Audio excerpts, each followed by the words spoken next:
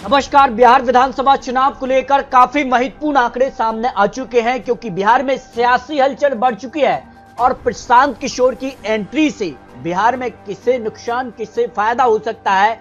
बिहार की सभी 243 सीटों को लेकर महत्वपूर्ण आंकड़े सामने आ रहे हैं और प्रशांत किशोर जिस कार से यहां पर इस बार बिहार को लेकर काफी हलचल पैदा कर चुके हैं और उसके बाद किसे मुश्किलें यहां पर दिखाई दे रही हैं क्योंकि प्रशांत किशोर को लेकर जिस कहा से तेजस्वी यादव ने बड़ा बयान दिया है कि प्रशांत किशोर बीजेपी के बी टीम की तरह काम कर रहे हैं, तो इसका फायदा नुकसान किसे हो सकता है। बिहार को लेकर नया और ताजा सर्वे सामने आ चुका है और बिहार को लेकर 4 सीटों पर जो उपचुनाव के नतीजे रहे थे उससे भी साफ संकेत मिले हैं, कहीं ना कहीं इसका फायदा एनडीए को मिल सकता है।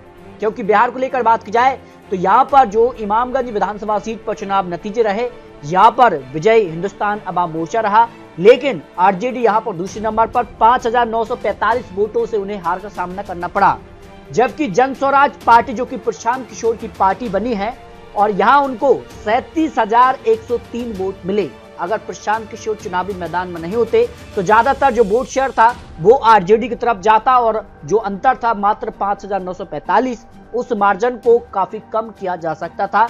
इससे साफ संकेत है कि जन स्वराज पार्टी के चुनावी मैदान में उतरने से सीधे तौर पर आरजेडी कांग्रेस को नुकसान होने जा रहा है। और रामगढ़ विधानसभा सीट के भी आंकड़ों की बात की जाए तो यहाँ पर भी मात्र 1,362 वोटों का अंतर रहा हार जीत की बीच। यहाँ भारतीय जनता पार्टी ने जीत हासिल की तो बहुजन समाज पार्टी यहाँ पर जो है दूसरे नंबर पर रही और तीसरे नंबर पर आरजेडी और चौथे नंबर पर जन स्वराज पार्टी। यहाँ पर भी 6,513 वोट उनको मिले। अगर वो चुनावी मैदान में नहीं होते तो आरजेडी यानी सीधे तौर पर कड़ी टक्कर फिर यहाँ पर देखने को मिल सकती थी। इसके अलावा बात किया तो कई सीटें रही जहां जो है जन स्वराज पार्टी ने 4 सीटों के चुनावी परिणाम में चौंकाने वाले आंकड़े, 4 सीटें एनडीए के पक्ष में रही। लेकिन बात किया 2020 में तो यहाँ पर जो है जेडीयू भारतीय जनता पार्टी के साथ मिलकर चुनाव लड़ी, लेकिन बाद में यहाँ पर आरजेडी के साथ आ गई। लोकसभा चुनाव से पहले आरजेडी से अलग होकर जेडीयू एनडीए में चली गई। तो अब जो स्थिति है, जो माना जा रहा है कि काफी हलचल है और जिस कारण से यहाँ पर सबसे बड़ी पार्टी आरजेडी ही बनी थी बिहार के अंदर। और इस बार तेजस्वी यादव को लेकर क्या दावे किए जा रहे हैं, लोकसभा चुनाव में भी यहाँ पर ज्यादा अंतर देखने को नहीं मिला है। तो बिहार को लेकर बात की जाए तो यहाँ पर सीधे तौर पर मुजफ्फरनगर की 11 विधानसभा सीटों का जो ओपिनियन पोल है, या भारतीय जनता पार्टी जिसमें जेडीयू अगर साथ मिलकर चुनाव लड़ता है तब आंकड़े बन सकते हैं। और जिस कार की अटकलें लगाई जानी है कि बिहार विधानसभा चुनाव से पहले नीतीश कुमार क्या यहाँ पर जो है इंडिया गठबंधन में जा सकते हैं, इस प्रकार की खबरें हैं, या फिर बिहार में कुछ नया देखने को मिल सकता है। क्योंकि जिस प्रकार से महाराष्ट्र चुनाव के नतीजे रहे उसके बाद इस प्रकार की अटकलें दिखाई दे रही हैं। तो यहाँ अगर Bharatiya Janata party JDU NDA में रहते हैं और इंडिया गठबंधन आरजेडी कांग्रेस और अन्य क्षेत्रीय दलों से बनता है तो 6 सीटें एनडीए को और 5 सीटें इंडिया गठबंधन के पक्ष में जाने का अनुमान ओपिनियन पोल में दिखाया जा रहा है। जबकि सहरसा से 4 विधानसभा सीटों का जो ओपिनियन पोल है, यहाँ भारतीय जनता पार्टी को 2 सीटें कांग्रेस गठबंधन के पक्ष में जा सकती है। यानी बिहार में आरजेडी कांग्रेस गठबंधन मजबूत है तो भारतीय जनता पार्टी में बीजेपी और जेडीयू यहाँ पर दिखाई दे रहा है।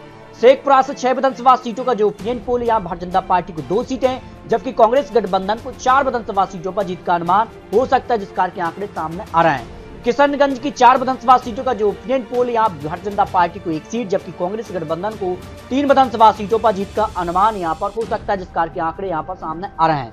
बात करें तो भोजपुर की 7 विधानसभा सीटों का जो ओपिनियन पोल है बिहार को लेकर, तो यहाँ भारतीय जनता पार्टी को 4 सीटें, कांग्रेस गठबंधन को 3 सीटों पर जीत का अनुमान हो सकता है। इस तरह से अब तक 32 सीटों का जो विश्लेषण है, या भारतीय जनता पार्टी जेडीयू को 15 सीटें, कांग्रेस आरजेडी गठबंधन को 17 सीटों पर जीत का अनुमान सामने आ रहा है।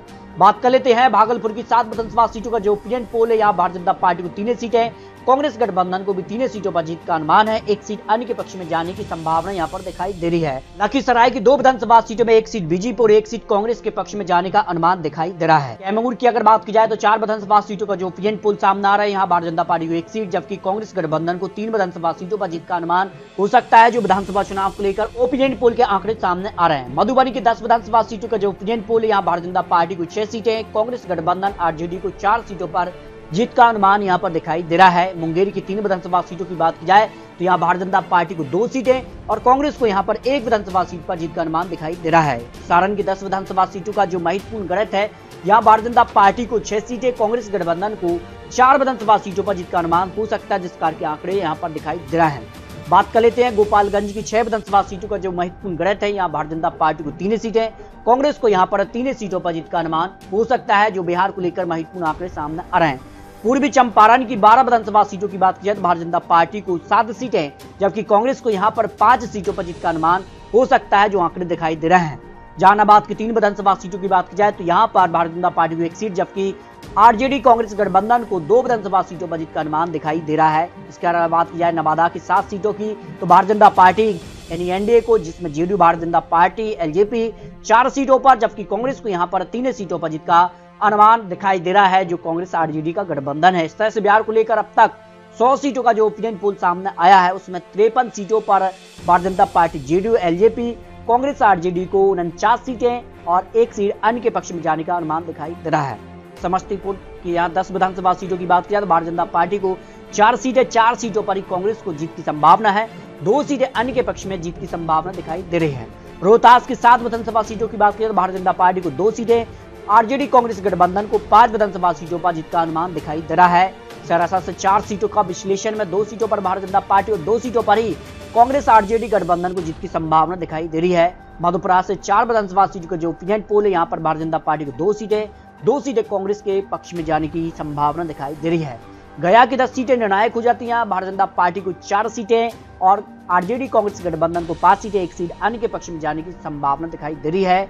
सुपौल की 5 सीटों का अगर विश्लेषण की बात की जाए तो यहाँ पर भारतीय जनता पार्टी यानी एनडीए को 2 सीटें और इंडिया गठबंधन को 3 विधानसभा सीटों पर जीत का अनुमान दिखाई दे रहा है, जो बिहार को लेकर सबसे ताजा, सबसे महत्वपूर्ण ओपिनियन पोल के आंकड़े सामने आ रहे हैं। तो औरैया की 6 विधानसभा सीटों की बात की जाए तो यहाँ पर भारतीय जनता पार्टी को 4 सीटें, 2 सीटें आरजेडी कांग्रेस गठबंधन के पक्ष में जाने की संभावना दिखाई दे रही है।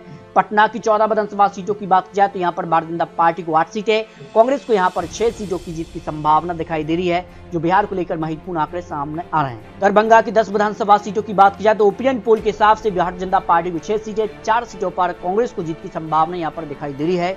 सिवान की 8 सीटों की बात की जाए तो भारतीय जनता पार्टी को 4 सीटें और 4 सीटें इंडिया गठबंधन के पक्ष में जाने की संभावना यहाँ पर दिखाई दे रही है। वैशाली की 8 सीटों की बात की जाए तो भारतीय जनता पार्टी को 3 सीटें और कांग्रेस आरजेडी गठबंधन को 4 सीटें, 1 सीट अन्य के पक्ष में जाने की संभावना दिखाई दे रही है।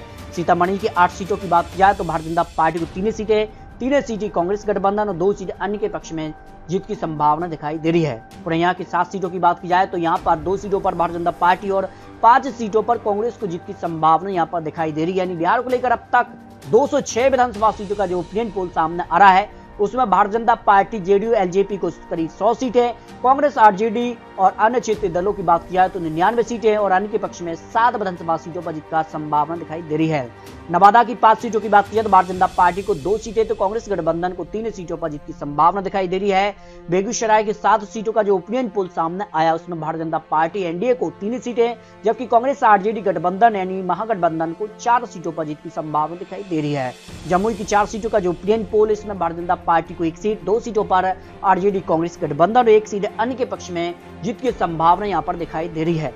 बांका की 5 सीटों का जो ओपिनियन पोल सामने आया, उसमें भारतीय जनता पार्टी को 3 सीटें, कांग्रेस गठबंधन को 2 सीटों पर जीत की संभावना दिखाई दे रही है। खगड़िया की 3 विधानसभा सीटों की बात की जाए तो यहाँ पर भारतीय जनता पार्टी को 2 सीटें, 1 सीट कांग्रेस के पक्ष में जाने की संभावना है, जो कांग्रेस का गठबंधन बिहार को लेकर आंकड़े सामने आ रहे हैं। औरंगाबाद की 6 विधानसभा सीटों का जो ओपिनियन पोल सामने आया, उसमें भारतीय जनता पार्टी, एनडीए को 4 सीटें, जबकि कांग्रेस गठबंधन को 2 विधानसभा सीटों पर जीत की संभावना दिखाई दे रही है। कटिहार की 7 सीटों का जो ओपिनियन पोल सामने आया, उसमें भारतीय जनता पार्टी को 3 सीटें, जबकि कांग्रेस यहाँ पर आरजेडी गठबंधन को 4 विधानसभा सीटों पर जीत की संभावना दिखाई दे रही है। इस तरह से अगर बात की जाए बिहार को लेकर सभी 243 सीटों को लेकर जो ताजा सर्वे ओपिनियन पोल के आंकड़े सामने आ रहे हैं, आज विधानसभा चुनाव होते हैं तो बिहार के अंदर Bharatiya Janata party, JDU, LJP की सरकार बनने के चांसेस सबसे ज्यादा दिखाई देते हैं। लेकिन बिहार को लेकर माना जा रहा है कि जिस कारण से नीतीश कुमार क्या बिहार विधानसभा चुनाव तक भारतीय जनता पार्टी में रहते हैं या फिर एनडीए का हिस्सा रहते हैं, तब ये आंकड़े बन सकते हैं। अगर यहाँ पर एनडीए गठबंधन से बाहर आ जाते हैं तो फिर इंडिया गठबंधन यानी जो महागठबंधन कांग्रेस, आरजेडी और अन्य क्षेत्रीय पार्टी को गठबंधन है, उसके चांसेस सरकार बनाने के बढ़ जाते हैं। यानी नीतीश कुमार जिस भी पार्टी में रहेंगे, सरकार बनने के चांसेस उसके सबसे ज्यादा दिखाई दे रहे हैं, जो ओपिनियन पोल के आंकड़े सामने आ रहे हैं। जबकि प्रशांत किशोर की बात की जाए तो प्रशांत किशोर अन्य जो पार्टियां हैं उनको लेकर 8 से 15 सीटों का अनुमान सामने आ रहा है। तो किंग मेकर की भूमिका में भी प्रशांत किशोर आ सकते हैं, जिस कारण की सक्रियता वो बिहार विधानसभा चुनाव यानी चुनाव को लेकर जो तैयारी कर रहे हैं। तो इस तरह से बिहार को लेकर महत्वपूर्ण आंकड़े सामने आ रहे हैं। बिहार में विधानसभा चुनाव में नीतीश कुमार की जो है सक्रियता, और नीतीश कुमार जिस भी गठबंधन में रहते हैं, सरकार बिहार में उसकी ही बनेगी, जो ओपिनियन पोल के आंकड़े सामने आ रहे हैं। फिर भी आपको बता दें, ये चुनावी आंकड़े, चुनावी अनुमान है, जिसका तेजस्वी यादव ने बड़ा दावा किया है कि इस बार बिहार में बदलाव होकर रहेगा और इस बार बिहार की जनता तेजस्वी यादव को मुख्यमंत्री के तौर पर देखना चाहेगी। तो आपको क्या लगता है, बिहार को लेकर अपनी रख सकते हैं? मिलते हैं और लेटेस्ट और महत्वपूर्ण विश्लेषण के साथ, तब तक ले जय हिंद, जय भारत।